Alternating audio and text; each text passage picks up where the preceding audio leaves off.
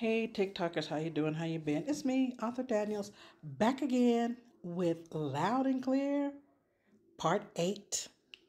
So let's jump right on in, okay? Anywho, we gonna let it do what it do. I like these segments now. First I was like, can I just record in one swoop? But now, you know what? Don't nobody have time for all of that. We got things to do. We got some living to do. There's some dishes to be washed. Somebody go make breakfast, some lunch, something. So, we need a break. So, okay, I'm okay now with the cutoff. Just like I'm okay with, this is a cool transition. I'm okay with taking a break in relationship because when a relationship is new, most people don't ask enough questions or they don't ask the right questions. Or, like me, they don't even know what questions to ask. And a whole bunch of questions can get on your nerves. I used to go shopping with this one young woman who was always asking questions about merchandise. Do you have it in the back? Knowing she was never going to buy it. She was a time waster. And I don't like my time wasted. The only time I'm going to allow my time to be wasted is if you're one of those, I don't even know what you call them,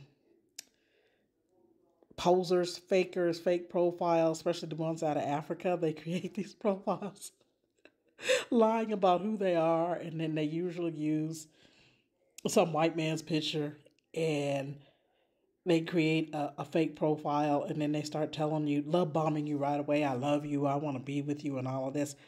I play with those. I play with them so hard. One guy told me, you're a time waster. I said, well, I'm in good company because you're wasting my time. I mean, you're trying to scam me, so I'm scamming you back.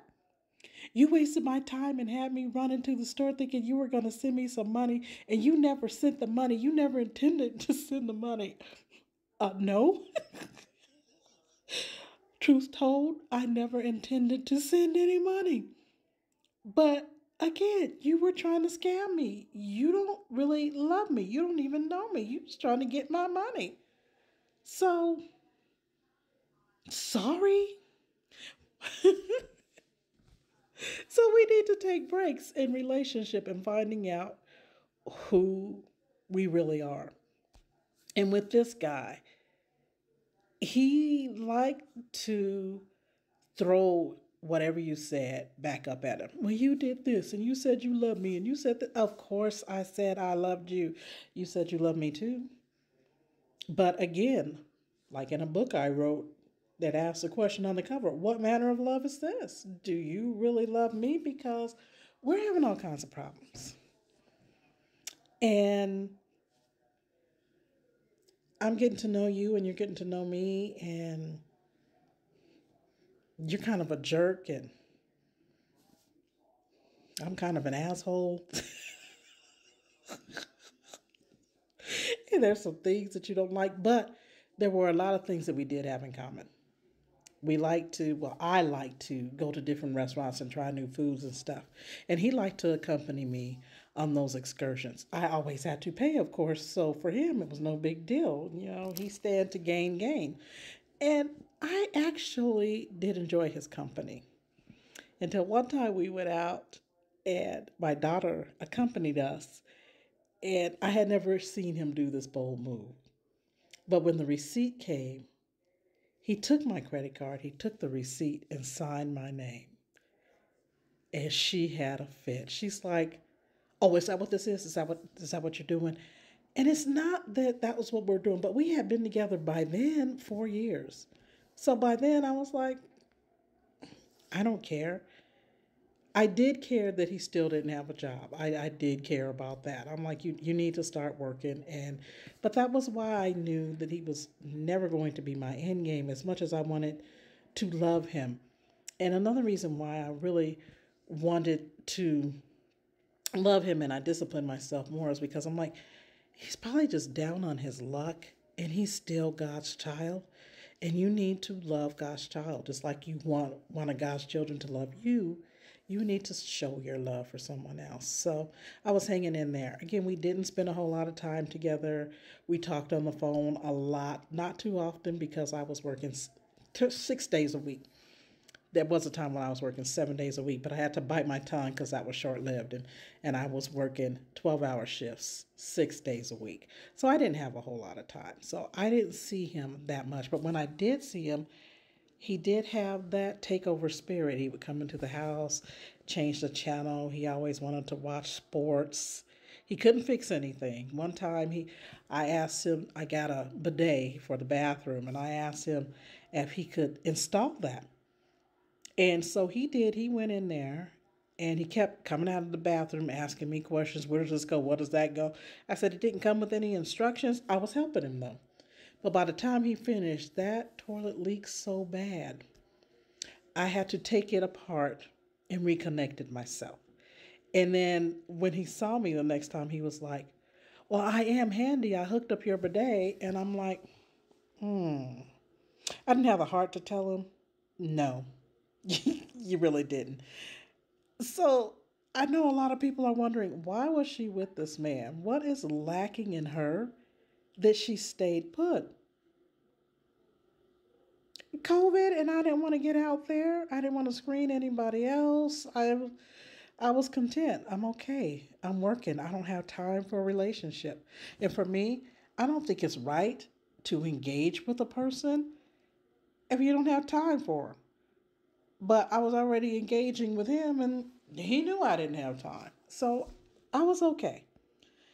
And I would have still, he said that he wanted to still be friends during our breakup. I allowed it. And then he crossed the line. He crossed the line when I said, okay, I've had enough of this. I'm ready to move on. Because we agreed that when I was ready to move on, or if he was ready to move on, it would be great. There wouldn't be any issues. I did not expect him to harass and socially stalk me and say mean, cruel, nasty things to me. And that's what ticked me off. And so many times, though, I like to consider myself safe. A lot of times women get involved with these men, they are not safe. And they don't speak on it. These men are hitting them. These men are abusing them. They're not safe. And they're afraid or ashamed to talk about it. The best thing you could do for yourself, besides loving yourself, is to talk. And men are like, oh, I don't want my business in the street. Our relationship is private. No, somebody needs to know. Even in a good relationship, somebody needs to know what happens when you guys get into an argument. So there won't be a time that something really bad happens and he would be above suspicion. Always let people know who you're dealing with and what's going on in that relationship. To a great degree, I'm not saying expose the sexual intimacy in your relationship, or even every argument, or even exposing every argument that you have, or even a few of the arguments with like your children, because your children are going to hate that person because they love you. And if you're still going to love that person, they might not want to be your confidant, but maybe your best friend. Somebody should know. Somebody should be aware that this person is capable of doing such a thing. Which is another reason why I said, well, you know what? You're still trying to press up on me. You're still trying to crash into me.